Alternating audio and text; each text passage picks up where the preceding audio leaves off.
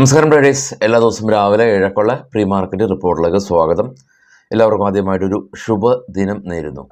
Indian market കഴിഞ്ഞ ആഴ്ച കണ്ടത് വളരെ ശക്തമായിട്ടുള്ളൊരു ഫോളിൽ ആണ്.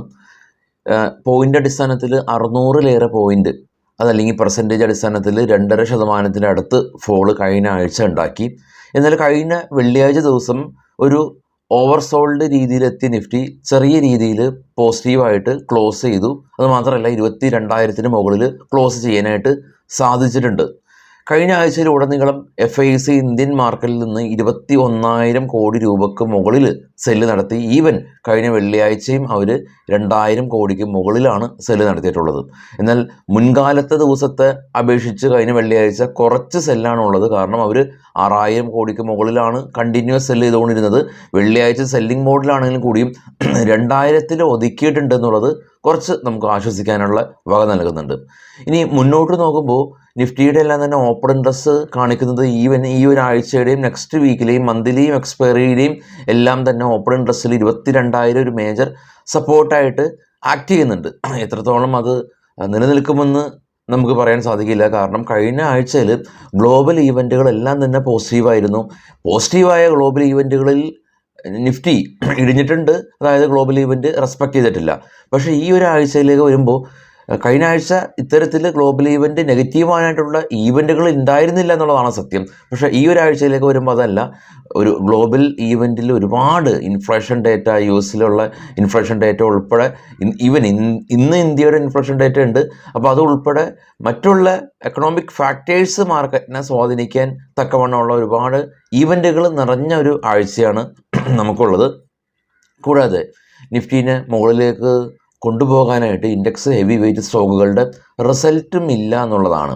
SPE ഉൾപ്പെടെയുള്ള ഐഷർ മോട്ടോഴ്സ്, ടാറ്റ മോട്ടോഴ്സ് ഉൾപ്പെടെയുള്ള കമ്പനീസിൻ്റെ എല്ലാം തന്നെ റിസൾട്ട് വന്നതിന് ശേഷം ഇനി മുന്നോട്ട് മിഡ് ക്യാമ്പ് കമ്പനീസിൻ്റെ റിസൾട്ട് മാത്രമാണ് ഉള്ളത്.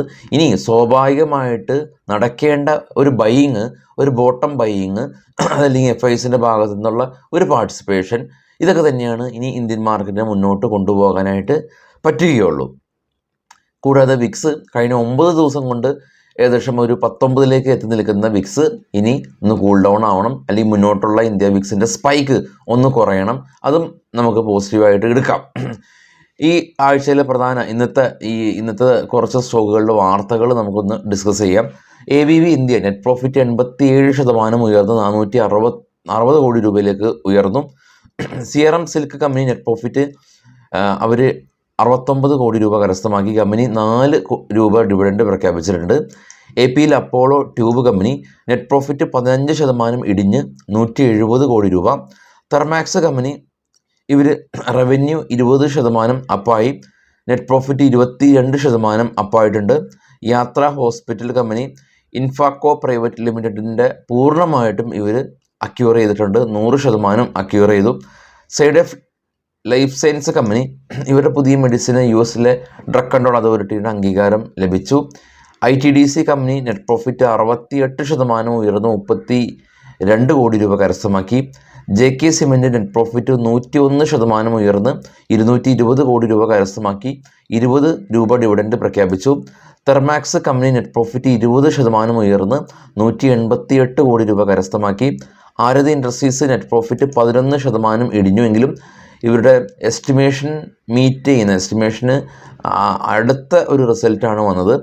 VIP ഇൻഡസ്ട്രീസ് നെറ്റ് ലോസിലാണ് കമ്പനി ഉള്ളത്, 24 കോടി രൂപ ലോസിലാണ് ഉള്ളത്. കഴിഞ്ഞ തവണ 4 കോടി രൂപ ലോസിൽ ആയിരുന്നു, ലോസ് വർദ്ധിപ്പിച്ചു. CCL product company net profit 65 കോടി രൂപ കരസ്ഥമാക്കി. എന്നാൽ കഴിഞ്ഞ തവണ 85 കോടി രൂപ ഉണ്ടായിരുന്നു, പ്രോഫിറ്റ് ചെറുതായിട്ടൊന്ന് കുറഞ്ഞു. ജയപ്രകാശ് അസോസിയേറ്റ് കമ്പനി നെറ്റ് ലോസിലാണ് കമ്പനി ഉള്ളത്, 431 കോടി രൂപ loss. Shreetal Cool Products company ഇവർ 3 കോടി രൂപയിൽ നിന്ന് 7 കോടി രൂപയിലേക്ക് നെറ്റ് പ്രോഫിറ്റ് ഉയർന്നു.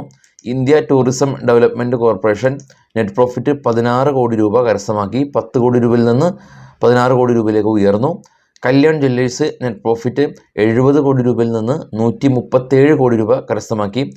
ദിലീപ് ബിൽഡ്കോൺ കമ്പനി ഇവർ കഴിഞ്ഞ തവണ 70 കോടി രൂപ ലോസിലായിരുന്നു, ഈ തവണ 3 കോടി രൂപ പ്രോഫിറ്റിലേക്ക് കമ്പനിക്ക് നെറ്റ് പ്രോഫിറ്റ് ഉയർത്താനായിട്ട് പറ്റി. ഇന്ന് പ്രധാനമായിട്ടും റിസൾട്ട് വരുന്നത് UPL, DLF, Zomato, Jindal Steel, Varun Beverages, Aditya Birla Capital, BLS Service, Chalet Hotel, Inox India, CE Info System കമ്പനീസിൻ്റെ റിസൾട്ടുകൾ ഇന്ന് പ്രധാനമായിട്ട് വരുന്നുണ്ട്.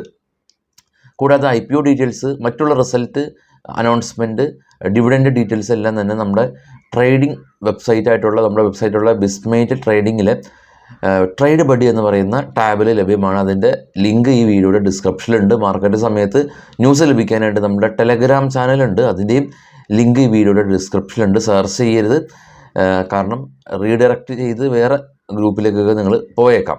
ഇനി കുറച്ച് ഡേറ്റാസ് നമുക്ക് പരിശോധിക്കാം. ആദ്യം ഇപ്പോഴുള്ള ഗ്ലോബൽ മാർക്കറ്റ്. ബിറ്റ്കോയിൻ 61,400 എന്ന നിലയിലാണ് ബിറ്റ്കോയിൻ ഉള്ളത്. ബിറ്റ്കോയിൻ 61,000 റേഞ്ച് മേജർ സപ്പോർട്ട് സോണായിട്ട് ആക്ട് ചെയ്യുന്നുണ്ട്.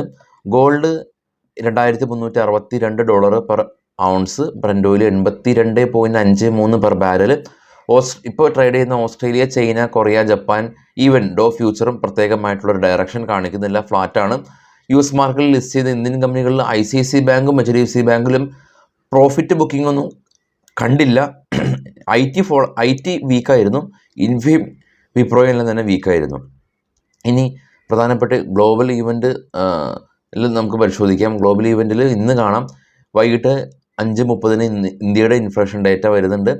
US എക്കണോമിക് ഫോർകാസ്റ്റ്, നാളെ ജെറോം പവലിൻ്റെ സ്പീച്ച്, ജർമ്മനിയിലെ ഇൻഫ്ലേഷൻ, ഇന്ത്യയുടെ ഹോൾസെയിൽ പ്രൈസ് ഇൻഫ്ലേഷൻ, കൂടാതെ 15-ാം തീയതി US ഇൻഫ്ലേഷൻ, യൂറോസോണിലെ GDP, ഇന്ത്യയുടെ ട്രേഡ് ബാലൻസ്, 16-ാം തീയതി US initial jobless scheme, eurozone inflation, ചൈനയുടെ ഇൻഡസ്ട്രിയൽ പ്രൊഡക്ഷൻ, ഇന്ത്യയുടെ ബാങ്ക് ലോൺ ഗ്രോത്ത് തുടങ്ങിയ ഒരുപാട് ഈവൻറ്റുകളാണുള്ളത്. ഓപ്പൺ ഇൻട്രസ്റ്റ് നിഫ്റ്റിയുടെ വീക്കിലി അടിസ്ഥാനത്തിൽ നിഫ്റ്റിയുടെ major support zone 22,000, resistance zone 22,500 എന്ന നിലയിൽ നിൽക്കുന്നുണ്ട്. അപ്പോൾ നമ്മൾ ഗ്ലോബൽ ഈവൻറ്റുകൾ ഇപ്പോൾ ഡിസ്കസ് ചെയ്തിട്ടുണ്ട്. ഗ്ലോബൽ ഈവൻറ്റുകൾ നമ്മൾ കണ്ടിട്ടുള്ളത് എന്താ? ഇന്ത്യയുടെ ഇന്ന് CPI ഇൻഫ്ലേഷൻ, നാളെ WP ഇൻഫ്ലേഷൻ, US നിന്ന് ജെറോം പവലിൻ്റെ സ്പീച്ച്, അങ്ങനെ തുടങ്ങി മാർക്കറ്റിനെ വലിയ തോതിൽ സ്വാധീനിക്കുന്ന ഈവൻറ്റുകളുടെ ഒരു ഘോഷയാത്രയാണ് ഈ ഒരു ആഴ്ച ഉള്ളത്.